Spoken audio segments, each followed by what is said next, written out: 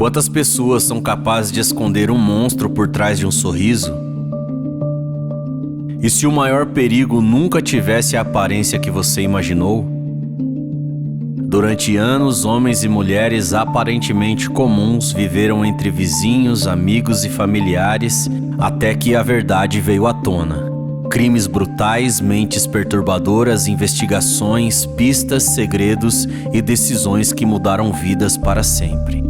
Nessa série você vai conhecer a história de assassinos reais, entender como eles agiam, o que motivava seus crimes e como conseguiam enganar tantas pessoas. Mas existe uma pergunta que nunca deixa de assustar. Um assassino nasce assim ou é criado pelas circunstâncias? Prepare-se para mergulhar em casos reais que desafiam a lógica, revelam o lado mais sombrio da mente humana e mostram que o verdadeiro terror pode estar muito mais perto do que imaginamos. Seja bem-vindo à série Assassinos.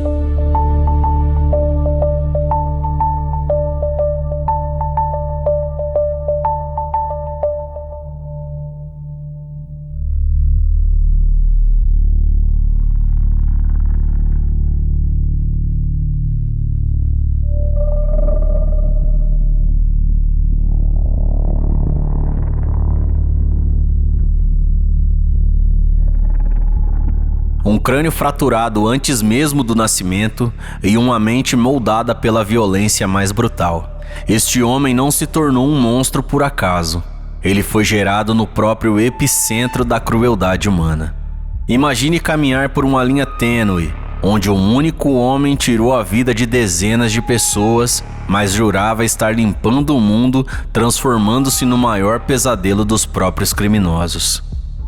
Como um menino do interior de Minas Gerais conseguiu desafiar o sistema penal inteiro e se transformar no maior serial killer da história do Brasil, caçando aqueles que ele considerava impuros? Será que a pura maldade nasce com um indivíduo ou foi o mundo ao seu redor que a esculpiu usando sangue e ferro?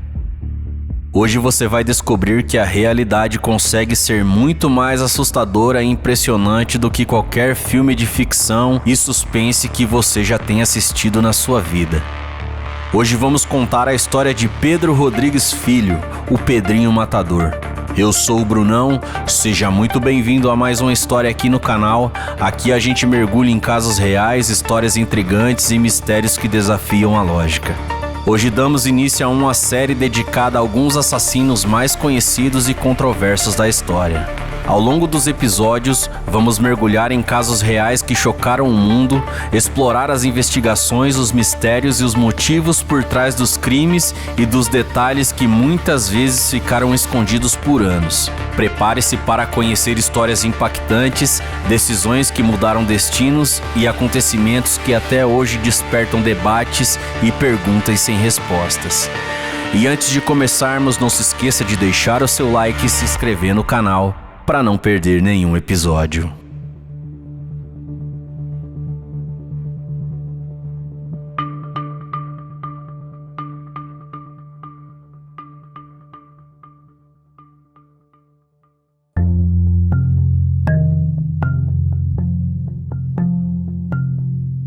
Tudo começou no dia 17 de junho de 1954, em uma humilde fazenda na cidade de Alfenas, localizada no sul do estado de Minas Gerais, onde nasceu um menino cujo destino parecia marcado pelo sofrimento antes mesmo de ver a luz do sol pela primeira vez.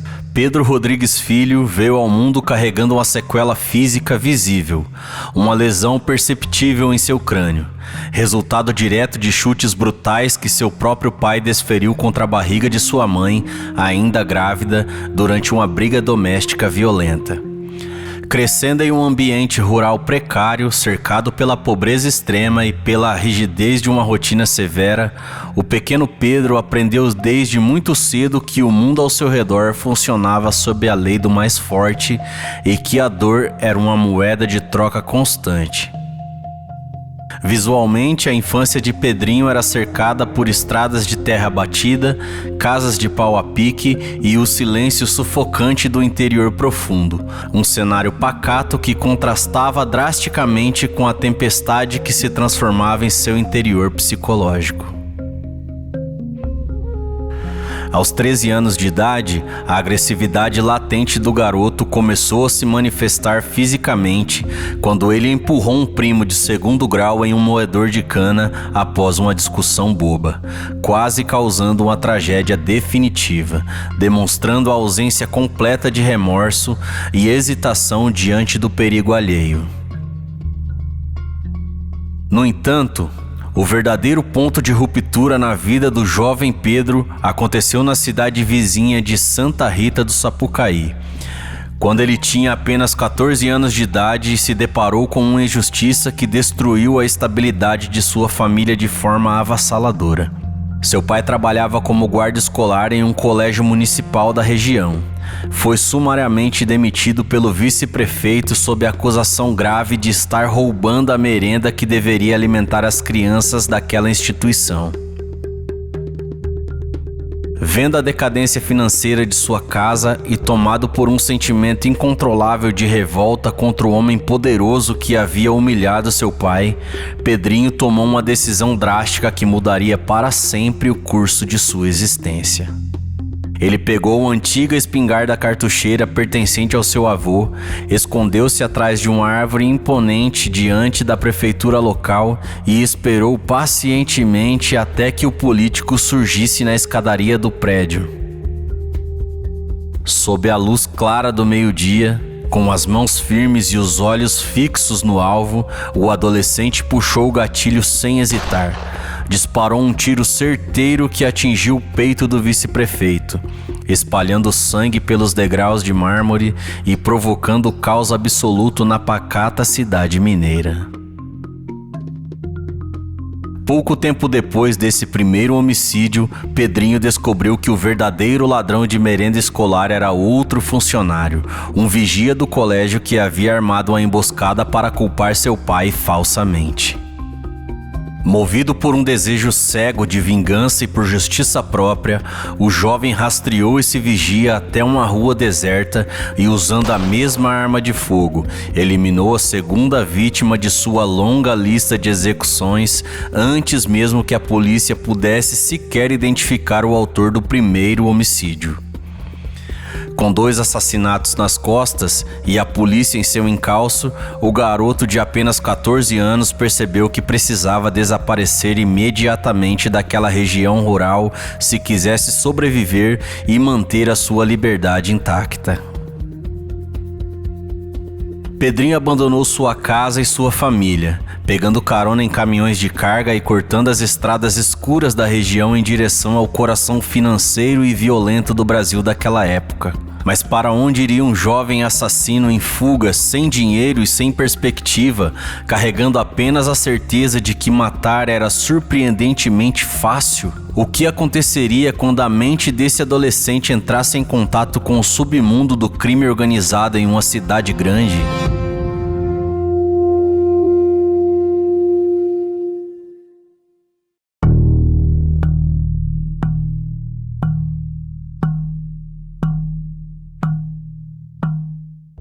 A fuga desesperada de Pedrinho o levou diretamente para a região de Mogi das Cruzes, na Grande São Paulo, uma área periférica que na virada dos anos 70 fervilhava com o crescimento urbano desordenado, com a pobreza e a criminalidade em ascensão. Naquele cenário cinzento de ruas de terra misturada com barracos de madeira e fumaças de fábrica, o jovem mineiro de aparência franzina, mas de olhar penetrante e intimidador, rapidamente encontrou abrigo nos becos escuros do tráfico de droga local. Inicialmente atuando como um observador silencioso, Pedrinho começou a desenhar uma reputação temível ao demonstrar que não possuía medo de armas, nem de capangas ou muito menos da própria polícia. Ele começou a assaltar boca de fumo dos rivais, invadindo os locais armado durante a madrugada, surpreendendo os traficantes no meio do sono e eliminando os líderes com tiros precisos na cabeça para em seguida roubar suas drogas e o seu dinheiro. As pistas de suas ações eram sempre as mesmas. Corpos encontrados em vielas desertas com marcas de execução sumária, sem que nenhuma testemunha tivesse a coragem necessária de relatar os fatos às autoridades policiais por puro terror de represália. No entanto, no meio daquela atmosfera densa e violenta, o destino decidiu colocar um elemento inesperado na vida de um jovem criminoso. Uma mulher chamada Maria Aparecida Olímpia, por quem ele se apaixonou perdidamente de uma maneira profunda e obsessiva. Pela primeira vez em toda a sua existência marcada por espancamentos e mortes, Pedrinho experimentou a sensação de ser amado e de proteger alguém, assumindo o controle total de um ponto de tráfico para sustentar aquela nova vida longe da miséria. Os dois viviam em um pequeno barraco decorado de forma simples, onde o som dos tiroteios externos eram abafado pelas promessas mútuas de um futuro melhor, longe daquela realidade maldita que os cercava dia e noite. Mas a felicidade no submundo do crime dura muito pouco tempo, e os comportamentos estranhos de uma quadrilha rival começaram a indicar que uma grande tempestade estava prestes a desabar sobre o jovem casal apaixonado. Uma facção criminosa concorrente, insatisfeita com o avanço rápido e violento de Pedrinho no controle do mercado de drogas, decidiu desferir um golpe covarde e estratégico para desestabilizar o rival de uma vez por todas. Em uma tarde chuvosa, enquanto Pedro estava longe resolvendo negócios da quadrilha, os criminosos invadiram sua residência e assassinaram Maria Aparecida Olímpia de forma brutal, deixando o corpo da jovem grávida estendida no chão de terra sobre uma poça de sangue escuro.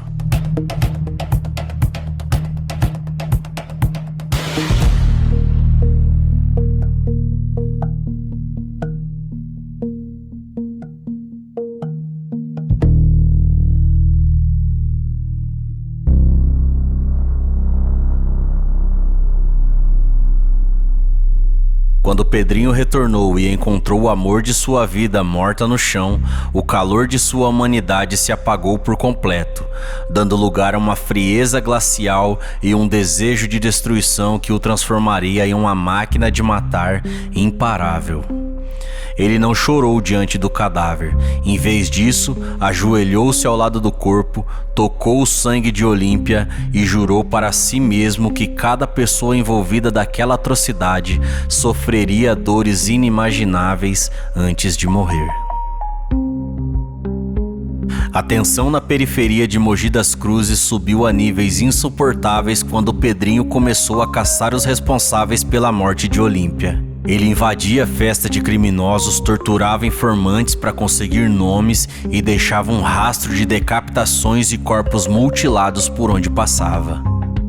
A caçada de Pedrinho foi tão violenta que os próprios traficantes veteranos começaram a temer ao ouvir o seu nome sussurrado nos becos escuros da cidade.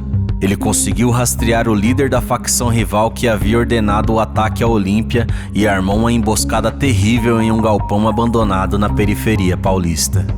O que aconteceu dentro daquele galpão escuro transcendeu os limites do crime comum e revelou uma faceta psicológica que ninguém imaginava que existia em um ser humano tão jovem.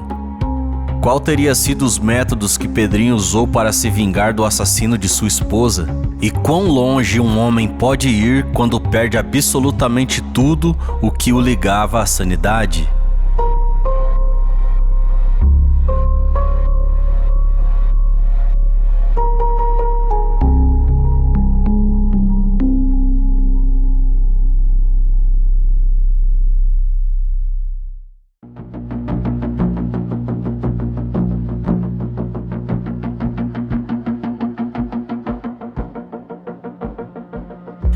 Até aqui, nós acompanhamos o nascimento trágico de Pedrinho, marcado pela violência doméstica que sofreu antes mesmo de nascer.